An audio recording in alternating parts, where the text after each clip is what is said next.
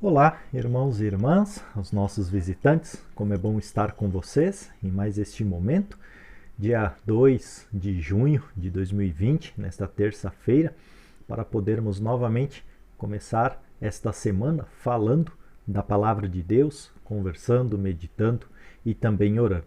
Que bom que Deus nos deu essa oportunidade, preservou a nossa vida até este momento, nos deu grandes bênçãos, nos deu desafios para serem cumpridos, para a nossa vida ser desafiada. E aqui então nós podemos ter esse momento de gratidão e de louvor ao nosso Deus. Para aqueles que não me conhecem ainda, sou o pastor João César Paganelli, da Igreja Evangélica Luterana do Brasil, da paróquia Paz, de Capitão Leônidas Marques, no estado do Paraná. Muito bem-vindo então a cada um de vocês e queremos invocar a presença do nosso Deus. Em nome do Pai, em nome do Filho, em nome do Espírito Santo. Amém. Antes de conversarmos um pouquinho sobre a palavra de Deus, eu quero convidar você para cantar um hino que quem possui este hinário, pessoal da nossa congregação, das nossas congregações, o hino 68, e quem tem o Louvai ao Senhor é o hino número 195. Ide, fazei discípulos.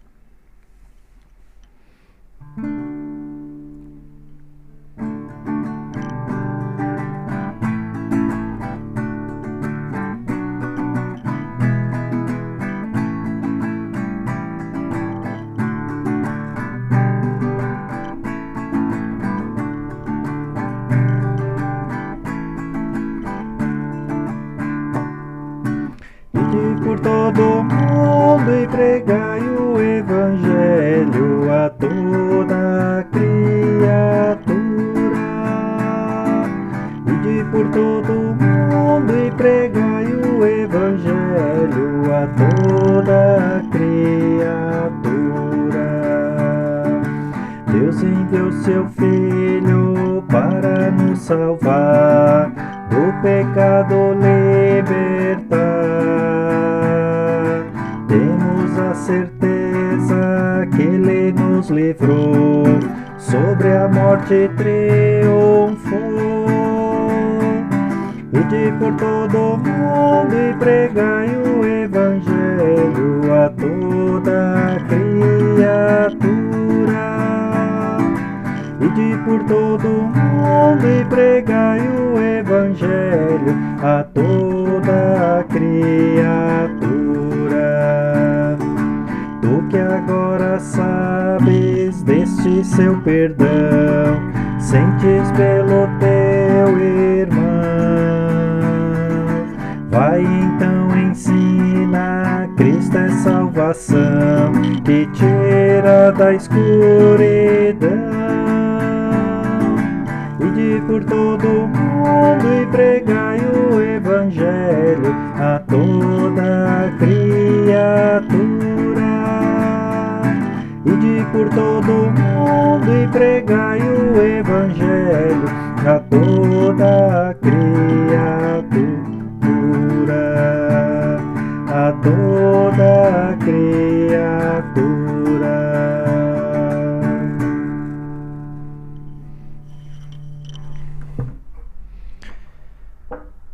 Ide por todo mundo e pregai o Evangelho, e é justamente neste sentido que o nosso texto vai trazer no dia de hoje, como nós estamos aproveitando este momento para podermos conversar sobre o tempo de Pentecostes.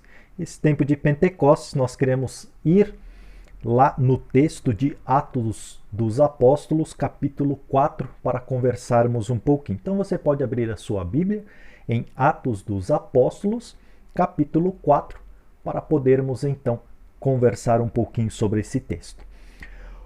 O capítulo 4 ele inicia como pano de fundo Pedro e João indo até o Conselho Superior, os grandes sacerdotes daquele tempo da cidade de Jerusalém. Pois o que eles estavam fazendo estavam incomodando este conselho. Primeiramente, por falar de Jesus, da sua ressurreição, e também por curar um coxo, como nós tínhamos visto no último vídeo, no último estudo, onde Pedro e João curou um coxo e ele então começou a pular de alegria e demonstrar a sua gratidão a Deus, indo junto com os discípulos aonde eles estavam indo naquele dia. Então os discípulos, ou aquele homem que foi curado, melhor dizendo, estava indo com os discípulos, mais especificamente Pedro e João. E aqui então, no capítulo 4, nós vemos então que algumas pessoas estavam um pouco aborrecidas com Pedro e João diante da situação que eles estavam criando. Lá no versículo 2, por exemplo, diz assim: eles ficaram muito aborrecidos porque os dois discípulos estavam ensinando ao povo que Jesus havia ressuscitado e que isso provava,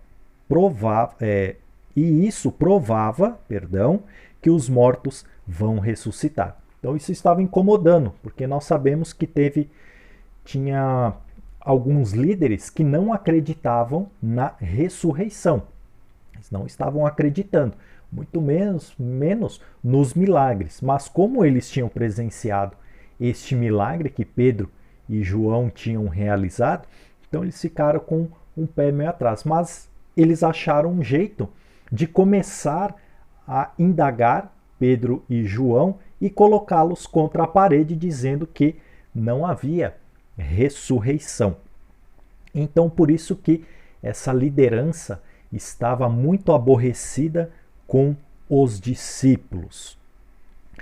E este aborrecimento levou Pedro e João a serem presos, conforme o versículo 3. Mas como já era de noite, já era muito tarde, então eles não poderiam se reunir e conversar o que queriam fazer com os discípulos, deixaram para o dia seguinte. Mas um detalhe importante aqui, quando nós vemos que os discípulos estavam sendo presos, se nós olharmos lá no versículo 4, nós vamos ver novamente o que o Espírito Santo já havia realizado na vida de muitas pessoas. O versículo 4, então, vai dizer assim: porém, muitas pessoas que ouviram a mensagem creram, né, neste Jesus, que é o Filho de Deus, e também na sua ressurreição. E claro, eles também falavam do perdão. E os homens que creram foram mais ou menos 5.000. Então, nós tivemos quase 3.000 no dia de Pentecostes, e agora aqui no capítulo 4, nós vemos mais ou menos 5.000 pessoas convertidas ao Evangelho. E no capítulo 3 nós ouvimos que diante desses dias que foram se passando, os discípulos de Jesus, ou os seguidores de Jesus, foram aumentando. Então, este aumento agora dá em números mais ou menos 5.000. Então, quando os discípulos foram presos, eles já tinham essa estimativa de 5.000 que haviam convertido ao cristianismo ou se tornado seguidores de Jesus. No dia seguinte, então, houve este grande encontro com a liderança de Jerusalém. Lá no versículo 6 vai dizer quem era esta liderança. No início, nesta reunião estavam também Anás, que era o grande sacerdote, Caifás, João, Alexandre e os outros que eram da família do grande sacerdote. Então este era o sacerdote, os mestres da lei que estavam ali para julgar João e Pedro e, se desse certo, para condená-los. E então as autoridades puseram os apóstolos em frente deles e perguntaram, conforme o versículo 7, com que poder ou em nome de quem vocês fizeram isso?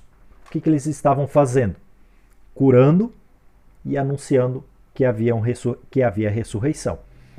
E então, cheio do Espírito Santo, Pedro, ele responde a essas autoridades conforme o versículo 8 e o versículo 9. Pedro dá a sua resposta. Os senhores estão nos perguntando hoje sobre o bem que foi feito a este homem e como ele foi curado. Então, estamos falando daquele homem coxo que foi curado e que estava sempre ao lado dos discípulos. Versículo 10. Pois então os senhores e todo o povo de Israel fiquem sabendo que este homem está aqui completamente curado pelo poder do nome de Jesus Cristo de Nazaré, aquele que os senhores crucificaram e Deus o ressuscitou. Então Pedro coloca a sua visão sobre aquele homem coxo que foi curado, mas não foi pelo próprio poder do ser humano. Pedro diz claramente, não fui eu, mas quem ressuscitou foi o poder do nome de Jesus, na qual foi capaz de curar. Então, o próprio Deus teve a vontade de curar este homem coxo e não os discípulos. Os discípulos foram apenas um instrumento para que as pessoas pudessem ver que Deus estava com eles. Quando Jesus disse que iria para o céu, mas que não iria abandoná-los. Através do Espírito Santo, sabemos que Jesus estava com eles e sabemos que Jesus está conosco, justamente por meio que o Espírito Santo age em nós. E aí Pedro aproveita a oportunidade novamente para dizer e apontar que foram vocês que condenaram Jesus, vocês que mataram Jesus, mas Deus o ressuscitou. E por isso Pedro diz que a pedra que vocês, os construtores, rejeitaram, veio a ser a mais importante de todas, no final do versículo 11. Então, aqui está a base daquilo que Pedro está dizendo dentro de todo este contexto do capítulo 4. Que os construtores, o que as pessoas rejeitam é Jesus, é a pedra angular, a rocha que nos sustenta. E aí então, no versículo 12, Pedro começa falando da salvação. A salvação só pode ser conseguida por meio dele, por meio de Jesus. Não há no mundo inteiro nenhum outro Deus que tenha dado aos seres humanos por meio da qual possam ser salvos. Então, é bem claro isso que as Escrituras dizem. Não tem como ter outro caminho, Não tem como achar, procurar, seguir outro caminho para a salvação, a não ser pela porta estreita, como Jesus disse. Eu sou a porta, eu sou o caminho, a verdade e a vida. Então é por Jesus que a salvação acontece, que o perdão dos pecados é concedido.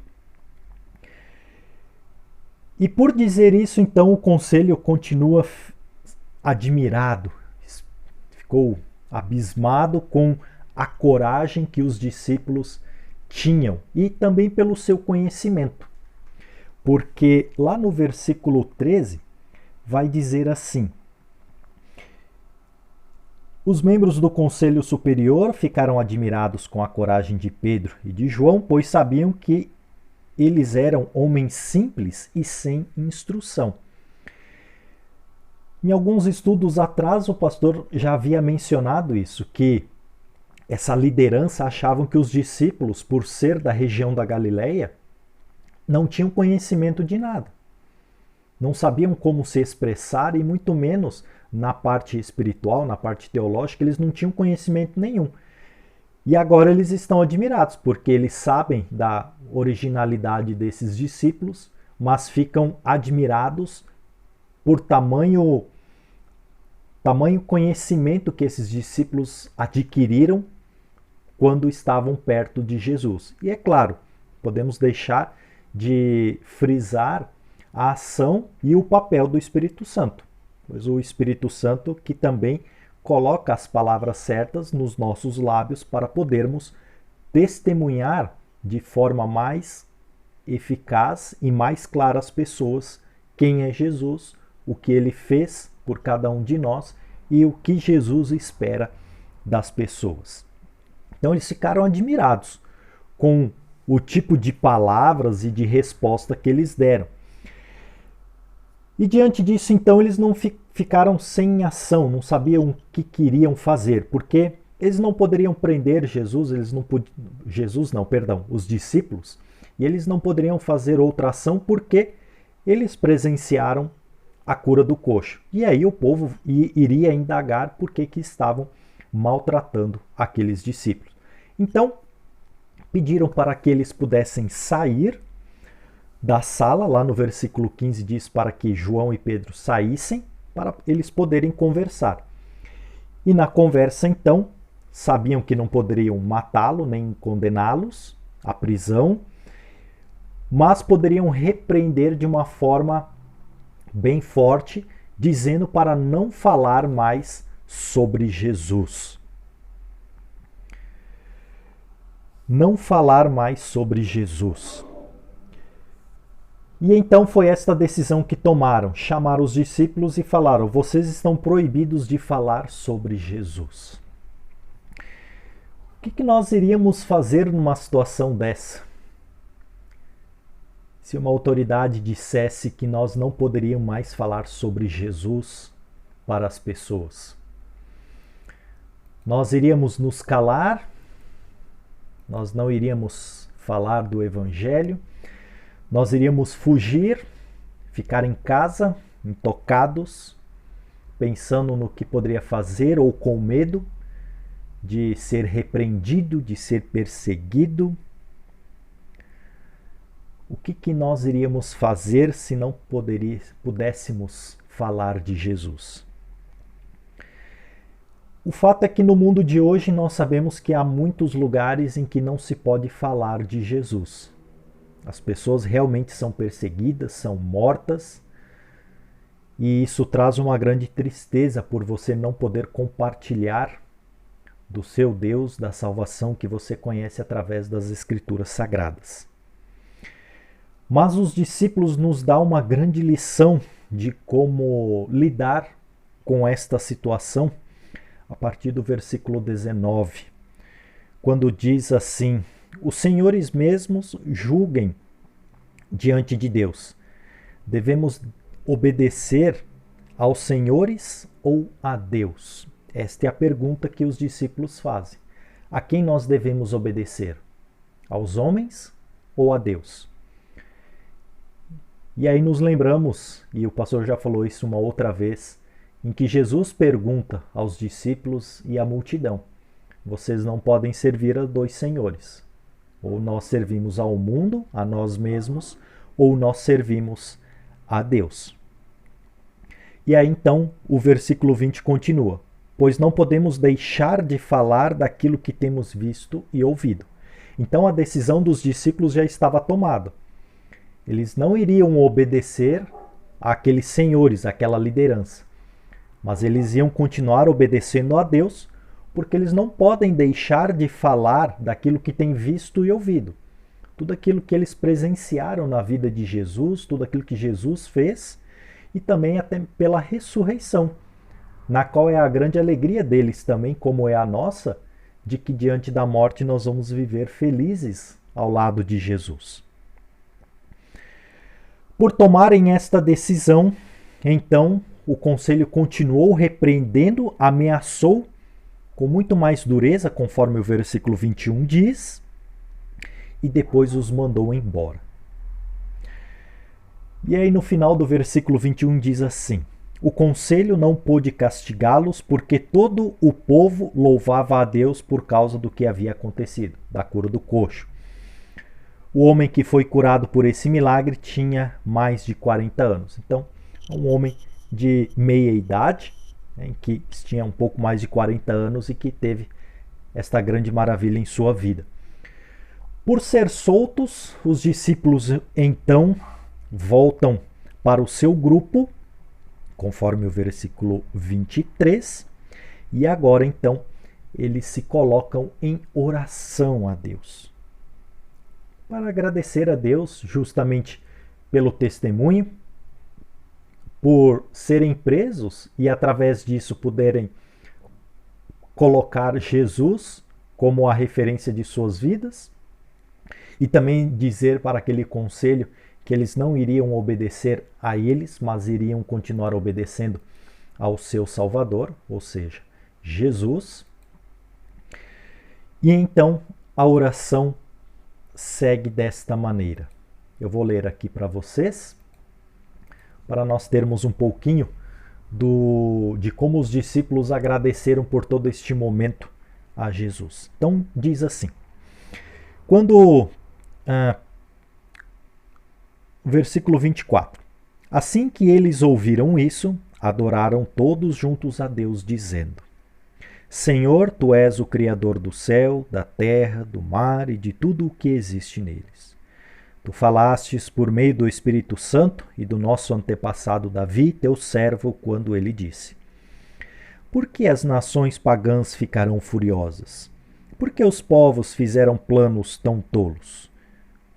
Os seus reis se preparam e os seus governantes se ajuntaram contra o Senhor Deus e contra o Messias que ele escolheu. De fato, Herodes e Pôncio Pilatos se juntaram aqui nesta cidade, com os não-judeus e com o povo de Israel contra Jesus, o teu dedicado servo, que escolheste para ser o Messias. Eles se reuniram para fazer tudo o que, pelo teu poder e pela tua vontade, já havias resolvido que ia acontecer. Agora, Senhor, olha para a ameaça deles. Dá aos teus servos confiança para anunciarem corajosamente a tua palavra. Estende a mão para curar, a fim de que, por meio do poder, em nome do teu dedicado servo Jesus, milagres e maravilhas sejam feitas.